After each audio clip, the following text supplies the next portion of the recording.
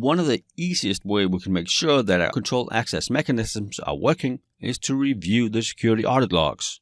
If we work somewhere where we use least privilege, then technically all employees should only be able to access what, well, they're supposed to.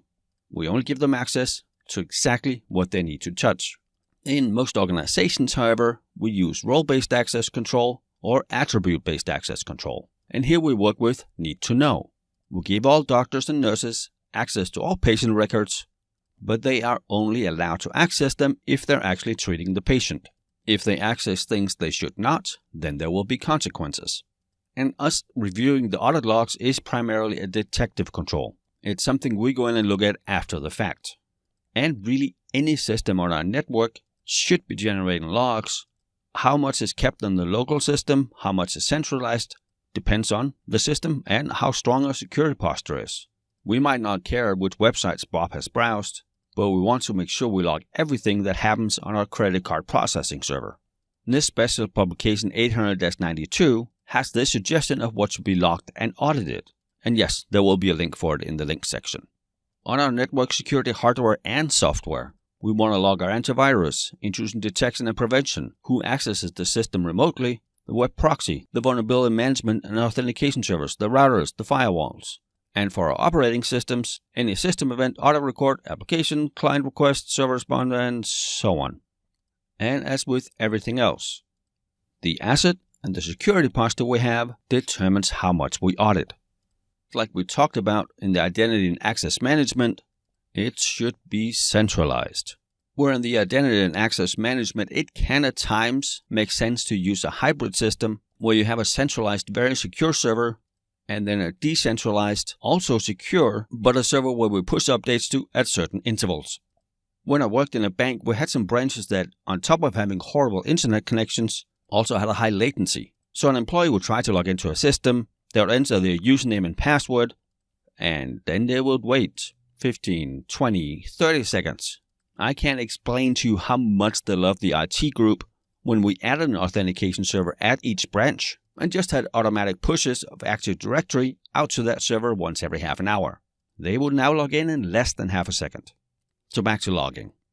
The centralized logging we have should be automated, secure, and even our administrators should have very, very limited access. What if they're the attacker? Or what if their account gets compromised? One of the last phases of an attack is, well, delete your records. Delete the trace that you were there.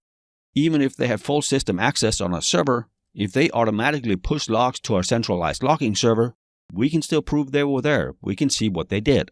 And like we do with digital forensics, we never touch the real or actual logs. We hash them, and we take a bit level copy, and then we work on the secondary copy, which is hashed before we start and after we're done to make sure that nothing changed. And logging has the same requirements that any data retention does. We need to keep it for as long as it is required by regulation or it is useful, whichever is greater. And checking our logs on a regular basis really should be something we do, but most IT organizations are not very good at that. We mostly just check them when something happened and we need to see what it was. And this often happens because there are so many logs. A normal organization can have 10,000 plus nodes on their network. Where do we start? What do we look for? And how do we look through the tens of millions of lines of logs to find what's actually interesting? In most cases, the answer to this is we implement some sort of automated system, which obviously needs to be configured right, and which can alert us if something happens that it shouldn't. If Bob's computer crashes with a blue screen of death, we might not care. But if the same happens to the credit card processing server, we definitely care. These are the top 5 issues we normally face in our audit logs and why they're very rarely an effective tool. We do not review the logs in a regular or timely fashion. We don't keep them for long enough. Our logs are not standardized or viewable by collection toolsets. They're only viewable on the system that we're actually auditing. Remember, centralized logging. It has to be a push one-way communication from the server to the centralized logging server. And the log entries in the alerts are often not prioritized. We don't care about Bob's blue screen of death. We do care about the credit card processing server's blue screen of death. And like I mentioned before, we only look for the bad stuff. We don't look for the indicators that there could be a problem here. We are reactive, we're not proactive.